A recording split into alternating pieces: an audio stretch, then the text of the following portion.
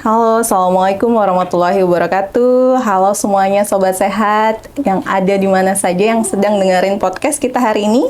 Balik lagi, saya Dr. Lady Sarah yang akan menemani Sobat Sehat untuk bincang-bincang seputar masalah kesehatan. Tentunya hari ini kita akan membahas sebuah topik kembali ya. Topik kita memang hari ini bisa membuat kita cemas. Dan kadang malah walaupun cemas kita tapi sering abai. Jadi Sobat Sehat, tema kita hari ini adalah red flags pada benjolan, kapan harus waspada. Nah tentunya dengan tema kita hari ini saya tidak sendiri dong untuk bahas-bahas topik kita hari ini. Hari ini saya ditemani oleh salah seorang narasumber. Beliau adalah dokter spesialis di Rumah Sakit Sari Mulia.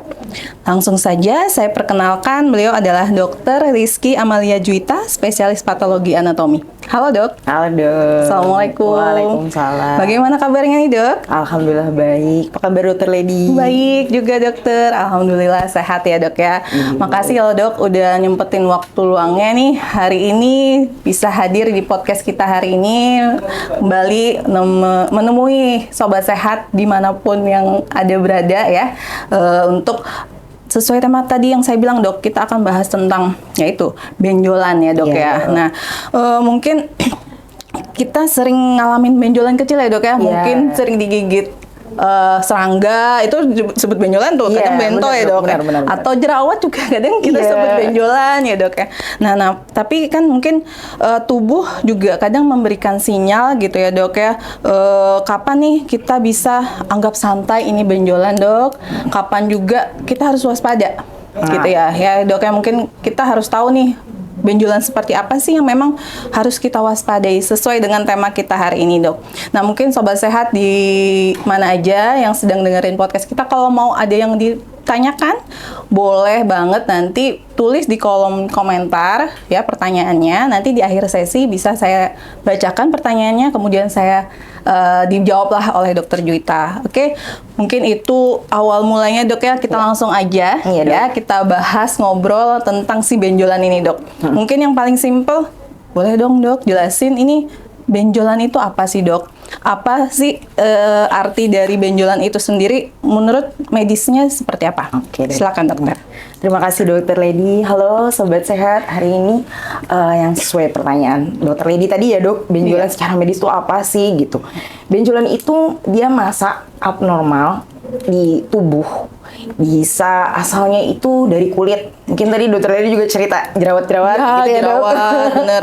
Kalau digigit nyamuk dok, itu bentol juga benjol kan, ya di kulit. Nah, itu terus bisa juga dari lemak dok. Nah ini juga banyak banget dari lemak. Terus bisa juga dari otot. Bisa juga dari kelenjar dok. Kelenjar yang kalau misalnya ada kelenjar getah bening kayak gitu, kayak misalnya ada benjolan di leher. Kadang yang paling sering itu anak-anak itu. Nah penyebabnya itu banyak. Tadi yang sebelumnya saya bilang kayak ini di leher yang paling sering, misalnya kayak TB itu infeksi kan penyebabnya. Itu bikin benjolan ya dok ya? Bisa bikin benjolan juga. Terus bisa juga karena trauma. Nah bisa. Dan juga yang tadi yang kita waspadai itu si tumor, bisa juga tumornya jinak, bisa juga tumor yang ganas. Seperti itu sih dok. Jadi pokoknya benjolan itu massa yang tumbuh abnormal ya dok ya. Yang bisa aja kan kayak gini nih ada benjolan juga nih, tapi kan bukan ya dok ya. Nah itu jadi tidak boleh kita salah artikan ya. Benjolan di sini maksudnya yang abnormal pertumbuhannya, bisa ya dari kulit, lemak tadi kata dokter, atau otot gitu kan. Tapi nanti ada juga penyebab-penyebabnya ya dok ya, itu harus kita cari tahu. Oke. Nah tapi dok, apakah semua benjolan yang tumbuh gitu dok di tubuh kita ini itu berbahaya dok? Enggak dok. Jadi kalau misalnya ada yang mikir, pokoknya kalau udah ada benjolan pasti ganas nih. Udah negatif macam-macam. Enggak, jadi banyak juga benjolan itu bersifatnya jinak dok. Jadi contohnya tuh kalau yang paling sering saya dapetin di histopatologi yang biasa dikerjakan oleh dokter PA itu lipoma. Contohnya jadi itu sering banget tuh kayak. Iya, lipid kan, lipoma tuh kan dari kata lipid. Terus oma kan. Jadi memang tumor yang berasal dari jaringan lemak. Nah itu. Yang kedua juga ada kista dok. Nah itu juga termasuk ada yang jinak. Nah seperti itu biasanya Itu kalau kista tuh juga biasa kita sebut benjolan tumor. Iya. Dan biasanya kalau kista tuh isinya apa sih dok? Biasanya isinya cairan. Cairan. Paling sering jinak itu di sini dok, ganglion. Nah tangan itu. dok ya. Iya. Namun ya walaupun memang dia nggak semuanya berbahaya, tapi tetap kita perlu observasi. Oke, jadi makanya sobat sehat kalau memang misalkan sobat sehat di rumah nih, nah iya gue ada benjolan nih, nah itu jangan berpikiran langsung, aduh takut gimana, itu perlu diperiksakan ya, atau diobservasi ya dok. Memang ada yang jinak, tadi kata dokter Wita, ada juga memang kita harus waspadai gitu. Tapi dok, secara kasat mata atau melalui perabaan mungkin ya, mungkin kita meraba-raba atau itu ada perbedaan paling mendasar nggak dok dari benjolan yang kata dokter tadi jinak, seperti lipoma tadi atau kista, atau memang benjolannya udah mengarah yang kata dokter mungkin keganasan atau cancer, itu bisa nggak dok kita bedain ini sebagai orang awam, atau biar sobat sehat tahu nih gimana sih ngebedain ini? Oh mungkin secara awal dulu deh dok, bukan kita buat langsung mendiagnosakan, kan bukan tenaga medis ya dok, tidak menganjurkan untuk langsung mendiagnosa, cuma biar orang awam juga tahu mungkin perbedaannya, biar nggak negatif thinking duluan tuh dok. Itu ada nggak dok perbedaannya? Ada. Jadi biasanya kalau yang jinak ya dok ya, Iya. itu biasa tumbuhnya lambat dok. Jadi kayak lipoma itu kalau kita tanya sama pasiennya, udah berapa lama nih Pak, Bu? Gitu. Sudah tahunan. Wah, udah bertahun-tahun ini dok, kata dia bilang gitu. Ada yang 10 tahun, ada yang udah 5 tahun, mungkin lama banget. Ada yang dari anak saya masih kecil dok, ada yang kayak gitu. Itu biasanya tuh jinak. Oke. Terus batasnya jelas dok, batasnya jelas. Terus juga dia mobile, jadi mudah digerakin. Oh, gerak gitu ya dok ya. Oke. Gitu mudah digerakin dan dia nggak nyebar. Terus kalau ganas biasanya dia tumbuhnya cepet dok. Tumbuhnya cepet. Biasanya kalau yang ganas kayak tumor payudara misalnya kayak gitu, cancer yang di payudara itu biasanya kok kita tanya-tanya itu ada pasien yang misalnya bilang oh iya dok udah setahun, terus bisa juga kurang dari 6 bulan nih udah keras gini dok gitu. Terus dia batasnya nggak jelas. Jadi kalau misalnya kayak lemak itu kan batasnya jelas, ini nggak jelas, kayak kita nggak tahu ini batasnya di mana sih. Di mana gitu ya. Gitu, seperti itu dok. Oke, itu awal paling nggak kita bisa lah ya membedakan atau kita merasakan duluan ya dok ya. Kira-kira ini benjolan yang kita pegang ini seperti apa ya mungkin. Tapi untuk lebih jelas memang harus konsultasi ya dok ya. Iya benar. Ya. Tadi dokter bilang itu ada yang jinak, ada yang ganas. Nah, tapi sesuai dengan yang tema kita nih dok kan red flag. Nah, untuk red flagnya sendiri pada benjolan itu yang benar-benar harus kita waspadai itu apa aja dok? Apa tanda-tandanya gitu dok? Jadi kalau red flagsnya nih dok, jadi kita ngarahnya takutnya ganas ya dok ya? Ganas itu yang wajib kita harus waspadai banget tuh dok. Yang tadi yang sebelumnya saya bilang, tumbuhnya cepet dok. Terus yang kedua keras. Jadi dia nggak mudah digerakkan, dan tidak mudah digerakkan yang nggak mobile tadi. Terus biasanya tidak nyeri dok, tapi dia progresif. Jadi kayak awalnya tuh nggak sakit, tapi kalau lama-lama sakit. Oh malah yang tidak nyeri, malah nggak nyeri ya dok? Iya, yang Oke. kita red flags yang kita waspadai ganas itu biasanya dia nggak nyeri untuk pada awalnya. Terus tadi juga batasnya nggak jelas. Terus biasanya ada perubahan kulit dok. Kayak misalnya nih, mungkin yang paling sering saya temui kayak cancer di payudara ya. Nah itu perubahan kulit kayak kalau kita bilang dulu istilahnya video orange ya dokter ya kalau bahasa ini jeruk, jadi kayak kulit jeruk gitu. Iya. Oh jadi kulitnya tuh beneran ini ya dok ya? Kayak kulit jeruk. Terus biasanya ada juga yang hiperemis merah, jadi kayak kemerahan. Malah kita mikir mungkin infeksi kali dok ya? Iya. Awalnya biasanya mikirnya gitu. Terus bisa juga ini ada luka. Kalau kita bilangnya ulkus ya dokter Lydia. Iya, ulkus. Ada luka gitu, kayak ada luka gini. Nah itu padahal ya sebelumnya nggak pernah kebentur, nggak pernah apa gitu. Takut mikirnya orang bisul kali dok ya. Ya, padahal, nah itu makanya harus diwaspadai gitu ya. Oke. Terus ada lagi nggak dok? Terus, nah ini yang paling udah mau mendekati akhir. Biasanya kalau udah kelamaan, kayak payudara ya dok ya. Yang biasanya saya temuin, saya udah bertahun-tahun, anggaplah sekitar 1 sampai 1,5 tahun, dan memang arahnya ke keganasan, itu gejala sistemik. Jadi misalnya nih, udah ada nyeri punggung, jadi pasiennya tuh kadang udah susah jalan, kayak kalau jalan ini sakit banget dok, terus nggak bisa tidur, kayak telentang, jadi dia harus miring pokoknya. Nah itu yang pertama tuh kan kayak gitu gejala sistemik ya dokter Lydia. Terus yang kedua pakai sesak dok. Jadi udah misalnya nih pasien, pasien udah tahu ada benjolan di payudara, Terus beliau merasa sesak padahal sebelumnya nggak ada misalnya tidak ada riwayat asma, saya kayak gitu ya dok. Nah itu juga harus diwaspadai, itu udah. Biasanya kalau udah sampai sistemik kita takut juga metastasis. Iya, bisa kalau yang kayak di punggung tadi kan di tulang belakang ya dok. Iya, Nah atau misalnya kayak di sesak tadi di paru. Nah itu. Tapi dok, maaf ya dok, kalau gejala sistemik itu kadang ada juga nih orang berpendapatnya orang awam, kalau misalkan dia berat badan turun, atau itu misalkan juga, demam yang nggak penyebabnya, sering nggak jelas ya dok. Tapi dia nggak ada batuk misalkan dok ya, nggak ada batuk, nggak ada, tapi sering demam, itu mungkin nggak sih dok bisa? Bisa juga dok. Oke. Atau memang yang tadi berat badan turun tanpa diet misalkan dok, atau kadang juga bisa itu bisa masuk ke gejala sistemik itu dok. Bisa banget. Oke. Kadang ada juga kan pasien tuh nanya, dok saya ini takut, dia udah berpikiran tuh takut ini beneran saya takutnya ada tumor atau apa dok, karena saya dicek penyakit lain aman, tapi saya tuh sering turun berat badan, TB saya aman gitu. Tapi berarti harus mikir ke sana ya dok. Iya. Nanti bisa ini dok dikonsulkan ke dokter spesialis yang terkait. Oke. Tapi dok sebenarnya apakah gaya hidup ini lifestyle kita dalam menjalani hidup ini mempengaruhi nggak dok dengan munculnya tiba-tiba ada benjolan gitu? Apakah mempengaruhi dok? Kalau menurut saya mungkin lebih ke faktor resiko ya dokter Lydia. Faktor resiko. Iya benar. Jadi kayak misalnya paling terkenal merokok, misalnya kayak gitu ya dokter Lydia.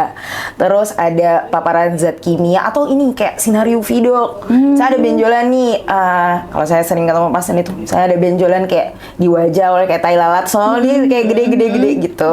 Itu kayak kan orang kayak petani kita gitu, jarang kan pakai lotion UV, ya dok, pakai sunscreen matahari tiap hari.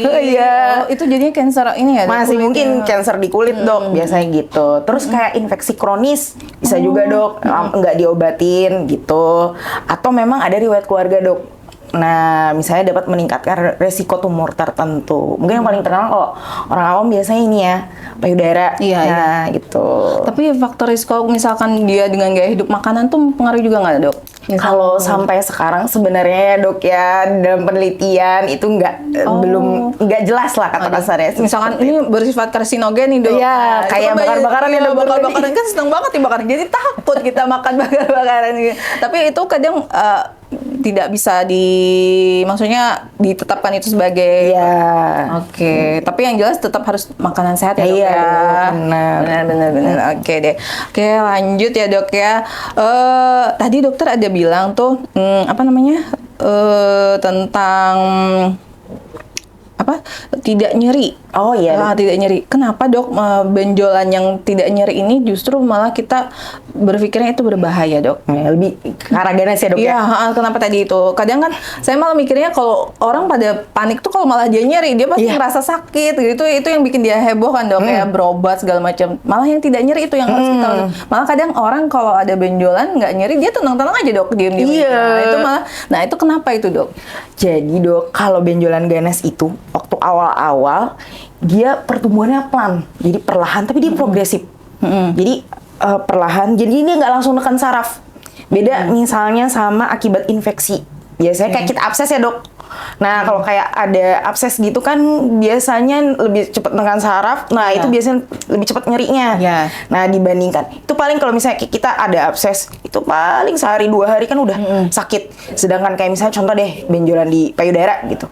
Itu kan kayak lama banget ya dok ya. Mungkin baru terasa yang nggak enaknya itu misalnya sekitar udah tahu nih ada benjolan. Nyerinya itu mungkin sekitar 8-1 tahun setelah tahu ini ada benjolan gitu. Iya, nggak secepat yang kalau kita ada infeksi gitu. Jadi dia pelan-pelan, lama-lama nekan saraf juga. Jadi kenapa akhirnya justru yang nggak nyeri ini malah lebih berbahaya dok ya? Karena nggak ketahuan, karena kalau perlahan ya pertumbuhannya nggak langsung nekan saraf gitu ya dok ya. Mungkin saya mau ingetin lagi bagi sobat sehat nanti yang memang nanti nih dari obrolan saya dengan Dokter Wita ada yang masih mau ditanyakan, boleh ya, jangan lupa untuk tulis di kolom komentar, nanti pertanyaannya nanti akan saya bacakan. Oke, lanjut lagi nih dok. Tadi dokter ada bilang masalah tumbuh di leher ya. Nah, itu. Nah, ada juga dok berpikiran kenapa itu harus kita waspadai kalau numbuh yang di leher, di ketiak, sama di maaf ya selangkangan. Nah itu ada nggak sih dok? Maksudnya benjolan-benjolan kalau memang itu tumbuhnya di situ, kenapa harus kita lebih waspadai gitu dok? Biasanya yang paling sering, yang pertama kan yang paling terkenal infeksi ya dok. Iya. Nah kalau misalnya yang di kelenjar getah bening. Oke, itu karena kelenjar getah bening itu ada di sekitaran area itu ya? Iya, biasanya kayak di leher, di ketiak, di di selangkangan. Nah itu tuh yang paling terkenal, biasanya paling sering tuh infeksi. Infeksi yang paling sering kalau di saya selama praktek di Banjarmasin itu tinggi banget dok, TB. Saya kayak gitu. Iya karena TB dok ya. Dan biasanya paling banyak malahan pasien anak. Nah itu yang pertama dok. Nah yang kedua ada memang yang namanya non-Hodgkin lymphoma dok. Nah itu memang biasa di daerah di kelenjar getah bening. Jadi keganasan, keganasan di area kelenjar getah bening. Nah itu tuh juga kita harus waspada. Nah kayak dokter Lady tadi cerita, dia punya ciri khas yang susah kadang tuh gini. Dia mirip-mirip TB. Iya, jadi dok. Dia demam pasiennya berat badannya turun dok. Makanya itu dia yang kadang bikin bingung ya dok. Ini kita nih infeksi atau memang udah ngarah ke keganasan gitu. Makanya itu perlu sekali ya sobat sehat untuk konsultasi. Jangan menebak-nebak sendiri nih kita sakitnya apa. Dengan nonton podcast ini juga sobat sehat pasti akan terbuka nih. Yang mana nih yang harus ke arah infeksi, yang mana memang bukan gitu ya dok ya. Oke dok, kita lanjut lagi. Ini dok, saya mau nanya dok, sebenarnya ada nggak sih dok kriteria benjolan itu dianggap tidak wajar? Kadang ada juga pasien tuh kecil aja nih benjolannya, nggak usah diperiksa. Nah kapan ada nggak sih waktu yang pas dok untuk kita memeriksakan ke dokter gitu dok? Benjolannya sebesar apa? Tunggu seberapa senti kah? Atau tunggu gede betul kah baru kita periksa? Itu ada nggak sih dok tanda-tandanya kapan nih seorang pasien membawa dirinya untuk periksakan benjolannya udah sebesar apa, atau apa yang harus kapan gitu waktu yang tepat? Biasanya sih kalau kita sadar benjolan itu tidak hilang dalam waktu 2-4 minggu dok. Nah itu tuh kok pas kita pegang, kok ini lama banget ya, nggak hilang-hilang nih benjolan. Nah itu yang pertama. Yang kedua, udah 2-4 minggu cepet banget lagi gedenya. Terus membesar gitu. Jadi biasanya mungkin awalnya tuh kayak kecil banget, sebesar ya kayak biji jagung. Kok lama-lama gede banget ya? Mungkin malah ada misalnya yang udah kayak telur ayam atau gimana gitu kan cepet banget nih. Cepet banget ya besarnya. Terus munculnya tiba-tiba dok, nggak jelas. Saya kayak payudara gitu, trauma nggak ada. Trauma tuh dalam artinya mungkin kalau kita bahasa umum mungkin kejeduk kali ya, kejeduk atau jatuh kayak atau apa, nggak ada. Tiba-tiba dia nongol. Nah ini nggak jelas banget sih ini kenapa. Nah itu terus juga mengganggu fungsi. Nah misalnya sulit ada rasa nggak enak waktu nelen atau waktu nafas, atau mungkin bergerak. Jadi kayak ganglion yang ada di sini tuh kan, dia biasanya kan ganglion kis kayak di area sinovial gitu, dia susah bergerak. Nah itu tuh biasanya kita udah mengganggu fungsi, kita bawa. Dan yang tadi dok, yang sudah saya jelasin, yang disertai red flags tadi, yang misalnya udah keras dan keras, iya. Jadi besarnya cepat ya dok ya, tadi udah dokter bilang. Pokoknya intinya benjolan itu nggak hilang, paling nggak berarti 1 bulan kali ya, 2 benar gitu. Kita observasi observasi gitu. Baik sobat sehat, mungkin itu tuh tanda-tanda yang harus dipahami benar-benar sama sobat sehat. Kapan nih harus dibawa nih ke dokter, kapan memang perlu kita observasi dulu gitu. Dok, tapi ada nggak sih dok cara seorang dokter ini untuk mengevaluasi benjolannya gitu? Misalkan ada pasien datang gitu periksa, terus nih kayaknya observasi dulu deh gitu, atau emang ada sesuatu memang yang akan dokter sampaikan gitu ke pasiennya gitu, ini kita evaluasi dulu apa aja hal-hal yang harus diperhatikan untuk pasien? Biasanya dokter-dokter klinisi ya, jadi kayak dokter yang biasanya pasien itu bawanya ke dokter penyakit dalam gitu kan dok, atau dokter bedah deh, biasanya gitu. Beliau pasti akan bertanya anamnesis nih, riwayat benjolannya udah berapa lama, misalnya kayak gitu, terus nyeri apa enggak, misalnya kayak gitu ya dokter Ledia. Lalu yang kedua pemeriksaan fisik, yang tadi yang saya jelasin kan dok sebelumnya, bisa digerakkan enggak, atau misalnya ternyata tidak bisa digerakkan, nggak mobile kan, karena dia terfiksasi di bawahnya gitu. Terus misalnya keras atau enggak dok, keras atau kenyal, nah itu biasanya dokternya seperti itu. Kalau memang dokter-dokter spesialis beliau-beliau itu memerlukan pemeriksaan lebih lanjut, biasanya nanti akan evaluasi, pakai WSG dok, pemeriksaan lanjut, WSG bisa, terus misalnya CT scan juga bisa, atau mungkin perlu MRI kalau memang diperlukan. Nah, misal nih perlu banget lagi, beliau-beliau akan melakukan biopsi, biasanya dokter bedah ya, biopsi atau fine needle aspiration biopsi (FNAB). Nah, kalau FNAB biasanya dokter PA yang ngerjain dok. Nah, jadi untuk memastikan diagnosis lebih jelas lagi, ganas apa enggak. Itu untuk melihat ganas atau tidaknya ya dok. Soalnya nanti setelah kita tahu jinak atau ganas, kita penentuan terapinya. Iya, bener dok. Mau apalagi nih selanjutnya? Iya, jadi evaluasi apalagi yang akan kita berikan ke pasien gitu ya dok ya. Gitu ya.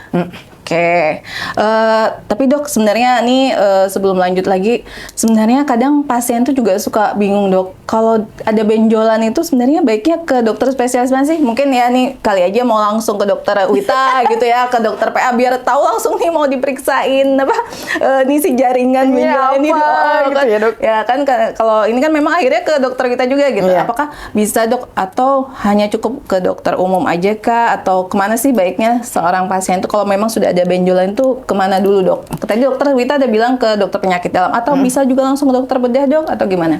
Ya biasanya tergantung pasiennya ya dok. Kalau saya dapat di poli itu, jadi biasanya pasti ke dokter umum dulu nih dok. Kalau rata-rata karena pasien misalnya pasien BPJS ya, misalnya mau ke dokter umum dulu nanti dirujuk kan. Nah itu nanti ke dokter spesialis. Nah bisa ke dokter penyakit dalam. Jadi kalau misalnya kayak limfadenopati coli dok, limfadenopati coli kan rata-rata paling banyak infeksi TB tadi ya, Nah, itu biasanya kadang ada juga dokter penyakit dalam, tapi ada juga dokter bedah. Nah, kalau misalnya kayak tumor payudara, nah itu sih kalau misalnya sering kita lihat lebih seringnya lebih enaknya itu biasanya lebih ke dokter bedah misalnya seperti itu. Nah, biasanya sih dok. Nah, nanti beliau-beliau ini yang akan menentukan klinisi ini, masih perlu FNAB ke dokter PA enggak, atau memang perlu dibiopsi enggak, apa kita evaluasi dulu. Kadang gini, saya dapat pasien misalnya, pasien kita ngomongin TBD, pasien anak, misalnya gitu. Biasanya dokter-dokter anak itu beliau-beliau mengevaluasi dulu nih kayak benjolannya. Dilihat dulu ya dok berapa lama biasanya kasih bilang obat tuh. Dulu. Betul dok, kasih obat dulu. Nanti bisanya dibilang sama ibunya, misalnya ibunya datang nih, pasiennya pasien anak kan, udah ada benjolan nih dok, udah sekitar 3 minggu nggak hilang-hilang, udah dikasih obat belum misalnya kayak gitu. Nanti dievaluasi dulu tuh sama dokter anaknya, dilihat dulu, dok kalau misalnya ini nggak ngecil, berarti mungkin boleh dok dilakukan pemeriksaan FNAB gitu. Biasanya gitu dok kalau saya tanya-tanya di pasien yang anak itu. Jadi biasanya nanti ada diarahin ya dok, baru biasanya nanti kalau memang perlu nanti baru periksa ke dokter kita ya. Nanti ada surat rujukannya biasanya. Tadi dokter udah singgung berapa kali itu tentang FNAB, fine needle aspiration biopsi ya. Nah, apa memang fungsi FNAB ini? Kapan memang perlu di FNAB? Kapan perlu dilakukan FNAB, kapan enggak dok? Gitu. Mungkin boleh dijelasin dok. Jadi FNAB dulu apa sih gitu kan ya dok ya. Nah FNAB itu dia prosedur pengambilan sampel sel dari benjolan menggunakan jarum kecil. Nah kapan ya kita melakukan FNAB itu? Biasanya dokter-dokter klinisi atau kayak dokter tadi ya dok penyakit dalam, dokter anak atau mungkin malah dokter bedah itu mereka ingin evaluasi lebih lanjut. Nah ini apakah jinak apa ganas? Karena memang menentukan si red flag tadi dok. Menentukan ini beneran ke arah refleks atau enggak. Jadi memang prosedur ini memang minim ya dok ya. Jadi tapi dok tadi juga dokter bilang ada biopsi. Nah bedanya dengan biopsi sendiri apa dok? Si FNAB ini dengan biopsi. Nah jadi kadang-kadang nih pasien suka nanya kalau datang masuk ke ruangan saya, dok ini diambil ya jaringannya. Tuh gitu ya dok. Iya, iya. Beda tuh. Biopsi sih sebenarnya banyak. Kalau misalnya kayak dokter bedah tuh namanya ada ya dok, insisi biopsi, Iya, biopsi. terus eksisi Eksisi, biopsi. iya. Jadi biasanya mereka beliau-beliau itu untuk dokter bedah menggunakan kayak perlu ke kamar operasi kan. Nah nanti tindakannya. dilakukan eksisi biopsi. Jadi tetap menggunakan pembedahan. Nah tapi kalau FNAB enggak, yang kayak saya jelasin tadi. Dia cuma jarum kecil. Kalau saya tuh biasanya ngejelasin FNAB itu gini ngomongnya ke pasien. Ini Bu disuntik di benjolannya. Oke. Mirip kita ngambil darah, cuma bedanya di benjolannya. Iya, iya. Cuma begitu dok. Kadang si pasien para pasien ini tuh takut kayak, aduh dok, apalagi yang kayak di leher ya dokter Lady. iya. Pasiennya banyak anak-anak. Itu tuh kayak, aduh, beneran nih dok, beneran kayak gitu. Jadi biasa. ditusuknya di leher ya dok? Iya terus kayak wah dokter panik. PA seru banget ya nusuk-nusuk ini di leher gitu. Sedang kadang ada loh dok pasien yang ngomong kayak gitu kayak lah dok kalau ngambil darah kan kita di tangan ya, ini di leher gitu. Soalnya kan yang benjol misalnya di leher gitu, wah serem juga ya dok ya. Jadi sebenarnya FNAB ini aman aja dok ya? Aman dok, aman banget. Prosedurnya tuh boleh ceritain nggak sih dok gimana sih dok? Kata dokter tadi udah bilang jarum disuntikan, tapi boleh lebih detail nggak dok? Dan biar yakin nih sobat sehat nih aman sebenarnya FNAB ini. Oke, jadi biasanya nanti prosedurnya itu dok, kan pasien datang nih, biasanya membawa surat rujukan dari para klinisi yang tadi saya sebutin. Nah nanti biasanya saya anamnesis juga, udah berapa lama benjolan dan segala macam, dan nanti ada inform konsen juga. Nanti pasien diminta tiduran di tempat tidur. Nah biasanya nanti kami akan menggunakan jarum kecil. Kalau kita ya dokter ini biasanya ada ukuran-ukuran jarum kan dok. Iya, Nah iya, ada ukuran itu jarumnya. biasanya ukuran jarumnya itu kayak biasanya kita kayak kecil, kita ngomongnya berapa ya, 27G gitu-gitu kan ada ukurannya. Iya, Ini iya, kecil ukuran. banget. Kalau saya bilang kalau ke pasien biasanya tuh kayak jarum bayi, saya bilang kayak gitu. Saking kecilnya, Oh, saking kecil banget, dok, kecil ya? banget dok. Oh. Yang ukuran paling kecil itu 27G, 26G sampai memang kalau jadi tergantung ukuran tumornya. Jadi kalau misalnya dia semakin kecil, nah itu biasanya juga kecil banget jarum yang kita pakai. Nah kalau misalnya yang besar gitu, nah saya misalnya ada benjol yang gede banget, nah itu biasanya juga bisa pakai yang sampai 23, pokoknya besar. Itu bisa dok. Jadi, nah terus gimana ngambilnya? Pakai anestesi nggak? Iya, tuh. Nah, Baru saya mau nanya pakai dibius kan dok? iya, biasanya pasien suka gitu. Sakit, dok. Iya. Saya disuntik berapa kali nih dok? Kata bilang kayak gitu kan. serem ya. Biasanya pakai anestesi lokal dok. Oh, oke. Kalau kita Oke, biasanya oke. sering pakai semprotan Iya. itu deh dok. Oh, pakai Nah, pakai semprotan itu. Jadi ya udah prosedurnya tuh mirip kita kayak apa namanya ngambil darah, tapi kecil di benjolannya. Misalnya benjolannya ada di sini ya kita suntiknya di sini. Benjolannya ada di leher ya suntiknya di leher, misalkan kayak gitu. Gitu. Cepet dok.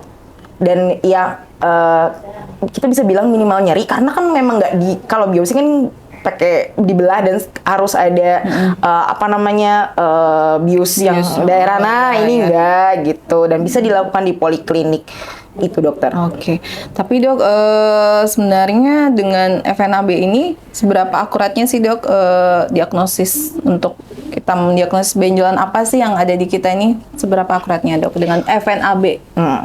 Kalau bilang aku cukup akurat dok. Oke.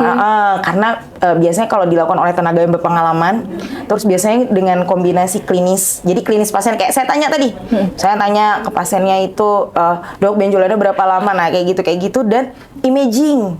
Nah misalnya kayak ada USG-nya, ada hasil CT scan-nya. Biasanya saya suka tanya, USG-nya ada nggak di bawah? Ya, sebenarnya kayak gitu tuh cukup membantu. Namun memang ada beberapa kasus, kita itu tetap perlu biopsi lanjutan. Jadi misalnya tuh kayak ada diagnosa banding, nah akhirnya itu, tapi nggak semua dok. Dan cukup jarang lah kata kasarnya bilang itu nanti kita sampaikan klinisi yang akhirnya memang harus perlu biopsi lanjutan kayak Oke. gitu. Tapi lama nggak sih dok proses dari pengambilan, maksudnya biopsi yang FNAB itu sampai ke hasilnya keluar itu perlu waktu lama nggak sih dok? Kalau di Sari Mulia sebenarnya itu sekitar 2 sampai 24 jam dok Oh, udah oke. keluar hasilnya. Tapi Bisa cepet. tergantung pokoknya sekitar 1 sampai 3 hari lah ada. Mungkin tergantung fasilitas lab-nya kayak gitu. Tapi kalau untuk Sari Mulia sendiri dok? 2 sampai 24 jam. Satu hari berarti bisa? Bisa, juga? bisa Oke, dokter. oke. Cuman ada begini dok, ada beberapa kita kalau di PA kami bilangnya cell block. Jadi gini, jadi misalnya nih, saya perlu sel blok itu biasanya untuk pasien-pasien yang memang memerlukan diagnosa yang kita bisa lihat lebih dalam, Dok. Misalnya kayak, karena gini, kita ambil selnya itu, terus nanti di processing sama pakai alat seperti kayak histo PA itu.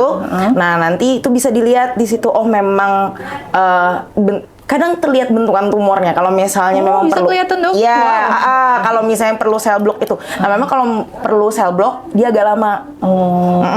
Ya, memang agak lama. Tapi kalau untuk FNAB-nya aja yang kita suntikan terus habis itu bisa dikeluarkan hasil. Itu kalau di Sarimulia 2 sampai 24 jam udah selesai. Tapi Dok, saya penasaran, kalau misalkan dokter Wita ambil yang FNAB itu biasanya dia tuh cairan atau apa, Dok, yang diambil itu, Dok? Nanti bentukannya yang biasa Biasanya sering keluar ya, Dok. Biasanya kayak darah. Dari darah itu yang nanti diperiksa, Dok? Biasanya diperiksa. Terus kalau misalnya memang kista, Dok, ya keluarnya cairan. Nanti macam-macam tuh. Ada misalnya yang jernih, ada misalnya kayak tiroid. Tiroid itu kan ada koloid ya.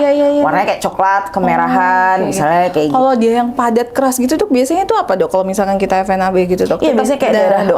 Tetap darah ya, Kayak Dok, ya? darah. Oke.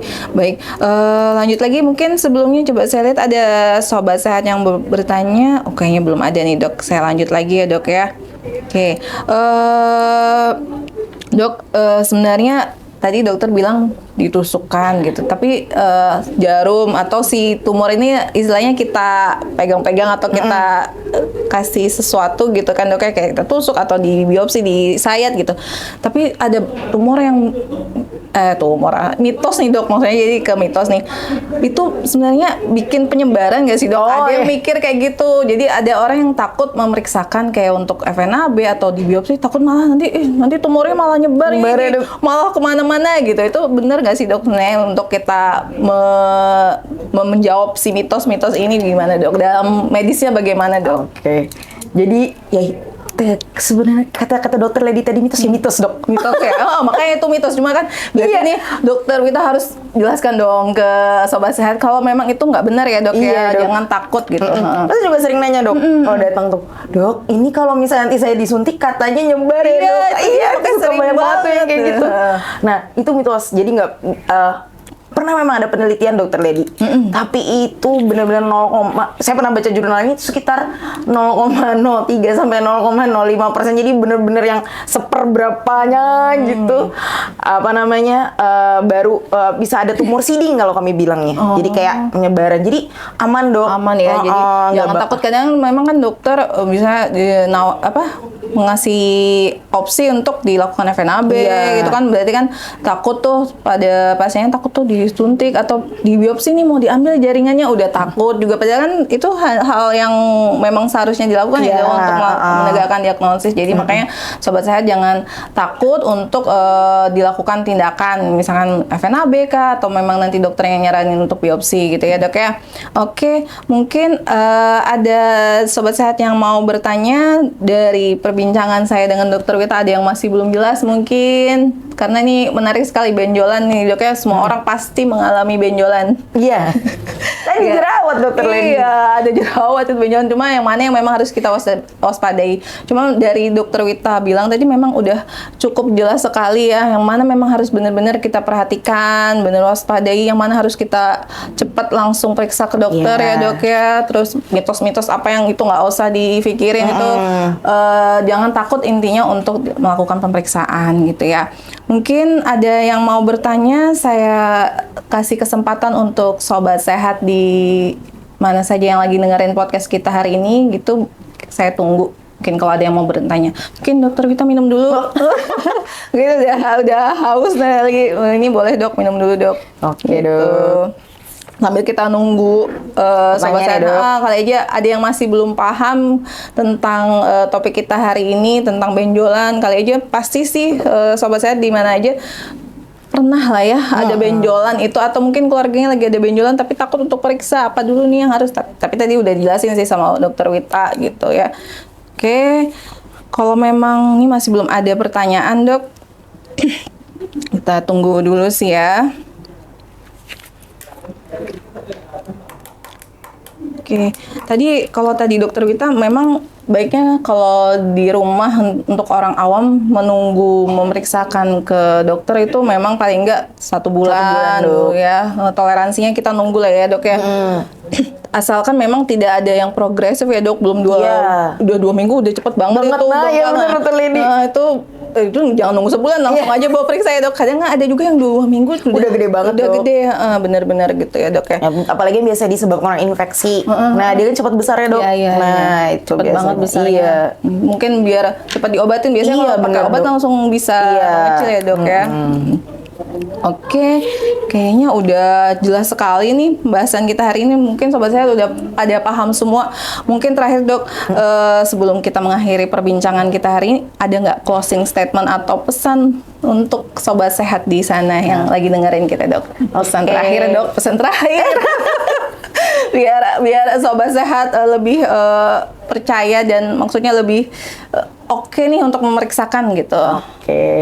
Oke deh sobat sehat. Jadi pesannya cuman ini sih Dokter Lady, jangan takut memeriksakan benjolan. Jadi karena kita nggak tahu ya dok, benjolan ini tuh ganas apa enggak gitu. Karena memang selama saya bertemu dengan pasien itu sangat menentukan